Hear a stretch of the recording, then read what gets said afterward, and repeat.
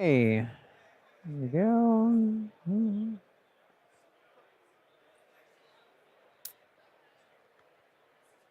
All right, Nick Huston here for Gotham Sound and Communications with Karl Winkler from Lectrosonics. First and foremost, great to see you at NAB again. Great to see you too, and great to be here at a live show. It's very exciting. Yeah, it's the first time in a minute.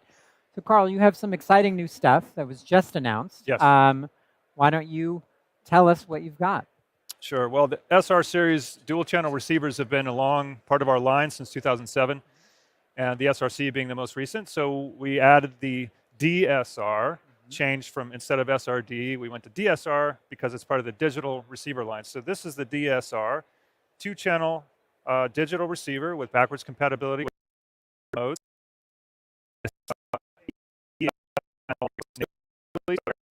To get the AES out, for instance, to an SL2 or something like that. And we thought, why stop there? We also came out with a 4-channel digital receiver, the DSR4. And this one, as you can see, has got a color display, 4 independent channels. They can be tuned anywhere within the bandwidth independently. And like the DSR, it's got native analog or digital outputs and backwards compatibility with all the hybrid modes. So, you know, this is something that shouldn't surprise too many people. We had a lot of requests for it, you know, a digital 4-channel slot receiver. And we also put the 5-pin output right on the top, just in case someone needs it to go into a Sony camera or have external outputs for any reason, either analog or digital. Got it. So amazing response to this. We just announced it Wednesday, and it's blowing up on social media, and we're hearing about lots of pre-orders and everything. So it seems like we got the feature set right, and it's a very exciting product, which is awesome. Always fun. Yeah. So one thing I forgot to mention that I'm supposed to mention at the beginning is that we're live from the NAB floor. So if anybody watching at home has any questions or comments for Karl, please put them in the chat, and then we will forward them on to Karl. So tell me a little bit about, these are working. These are working units. You're actually seeing, you tuned in to a local transmitter here. It's your camera hop system. And we're seeing 4 channels operating there, battery levels, audio modulation, and so on. And the same on this one. There we're seeing 2 channels of audio modulation, and you know, they're running live. Yeah, these are working units. Okay. And tell me about the screens, right? So one of them, sure. Full color. Yeah, the DSR4, that's a unique screen in our product line. It's full color, RGB, so we can have things like green and red battery levels, green and red RF, yellow, you know, kind of like the DSQD. It's sort of like a miniature DSQD screen. A lot of details. When you go into the menus, you can see things grouped with icons and colors, just like you would see in a DSQD, which is, you know, handy and quick for programming the unit. We've also got different home screens, kind of like in the 822, as an example. Back out a couple times and you can see a couple different versions. And this, on the DSR, that's the same screen as in the DCR 822. So it's not color, but it's high resolution black and white and very clean and crisp. So same thing here. If you hit back, you can see different versions of the home screen with, you know, different shortcuts, essentially. So a lot in there. And the menu structure of the DSR is very similar to an 822, minus the recording function, of course. There's nowhere to put a card slot in these units. Yeah. And so, I mean, the other thing to note is, I mean, this looks very much like an SR, but this has some new buttons and a different bezel and all that. Absolutely. To be able to fit the connector here and tactile buttons, we moved the display off-center, which we'd never done before. And we realized, hey, that's one way to make it all fit. It is a little bit taller. You can see it's a little longer here, so to be able to fit the circuit boards. And so therefore, there's going to be some new accessories for mounting and powering it. So like a SR bat sled, it will work on the DSR, but it will not work on the DSR4 because of the extra length.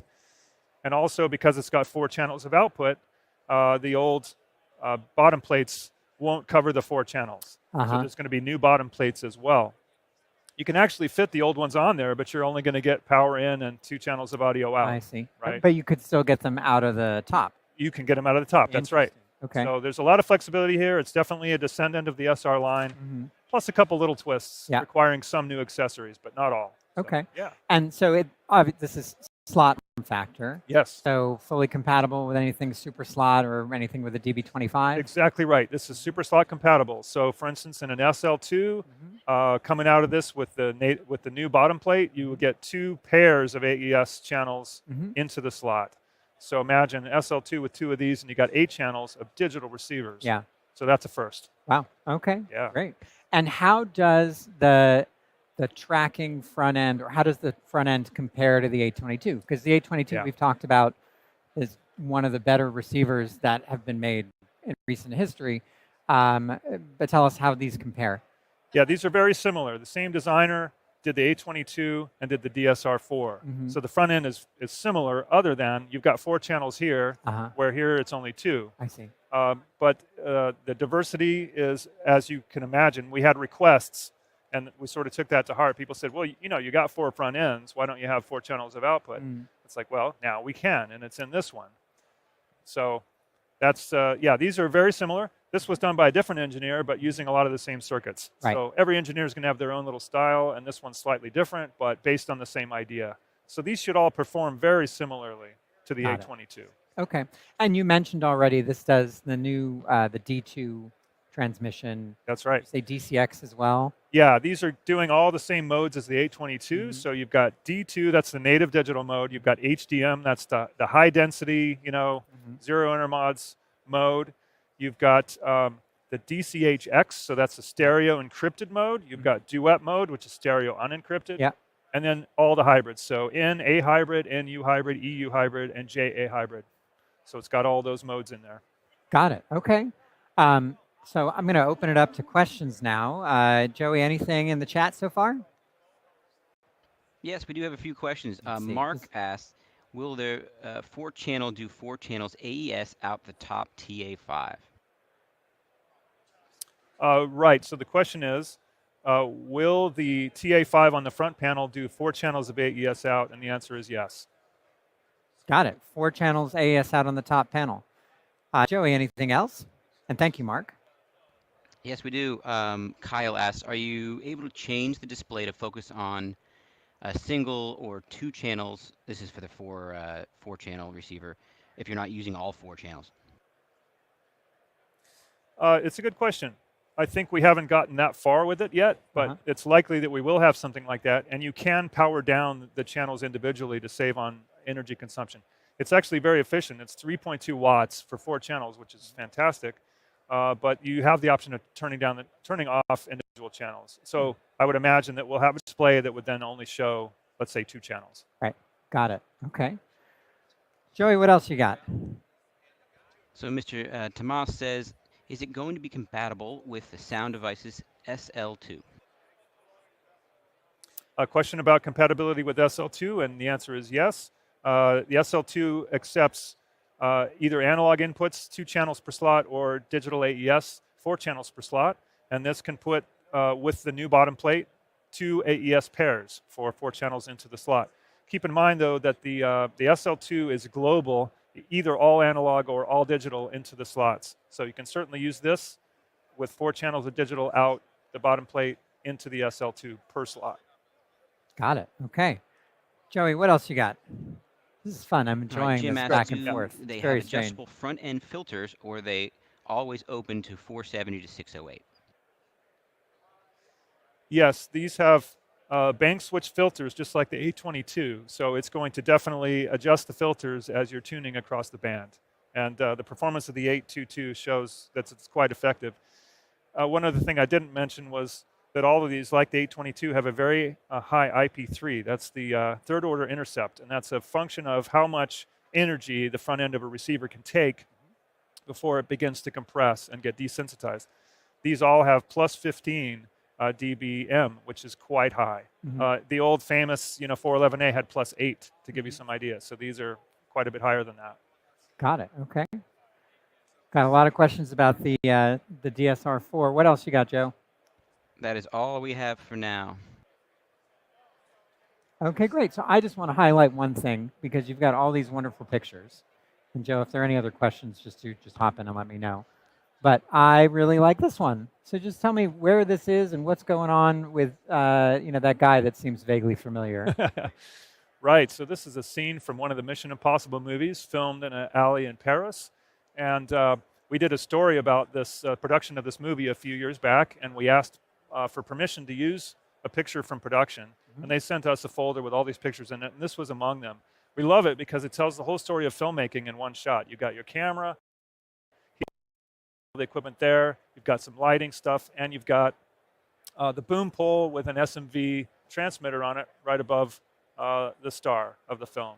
So Very just, cool. as you see it, you see all of filmmaking in a single shot. Okay, great. And we have a couple more questions. Joe, why don't you go ahead? One question is, when will the DSR4 be released in the UK? In the UK, at the same time, we have this slated for release in the third quarter, and there's 4 different frequency bands that are going to be available. We're not sure we'll have all 4 at the same time, but we believe we'll have the A1B1, which is going to be stateside centric, B1C1, which is an export centric model, including UK. We'll have a 941 band for North America only, and then a 961 band specifically for the UK.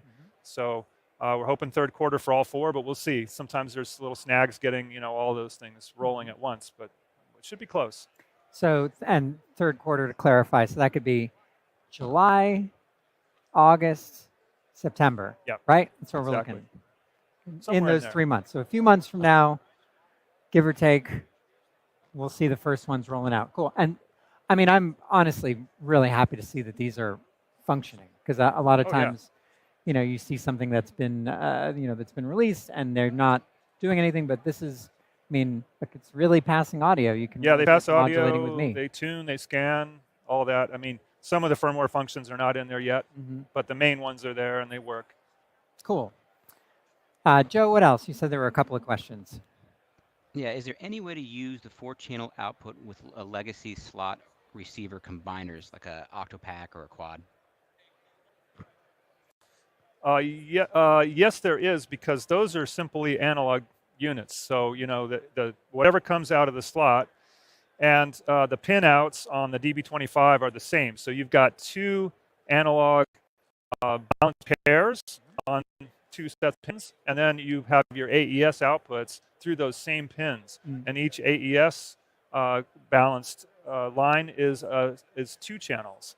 So you come out of this thing digital AES out, through the DB25, through the Octopack digital, and then whatever it's connected to, you would just connect it with XLRs. Yeah. So absolutely. And if you wanted to also, you could come 2 channels analog out the back and then 2 channels analog out the front. That's right. You've got 4 channels analog, depending on what you're feeding. That's right. You can't get 4 channels analog through the DB25. There's only 2 balance pairs analog-wise.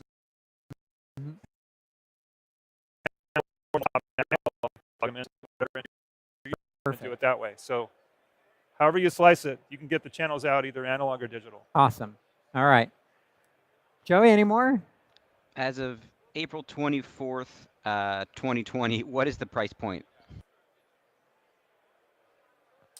Oh, I forget, isn't it? It's $44.49 Oh. on this one.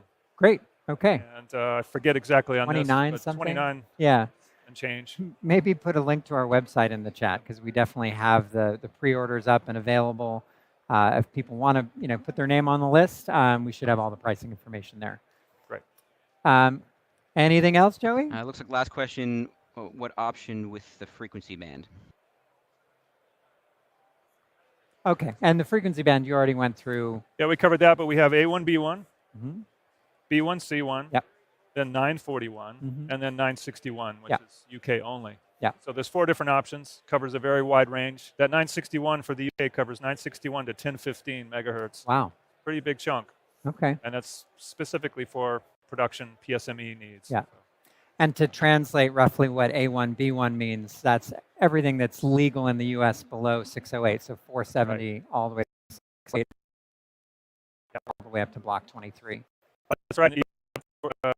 US 14, if you are outside the US and want to use that band, all the way to 14, you have a locale like EU locale. Uh-huh. So. Great. Wrap it up. Stuff. We'll look forward to the anything else you want to say to the, I don't know, millions or 5 people that are watching?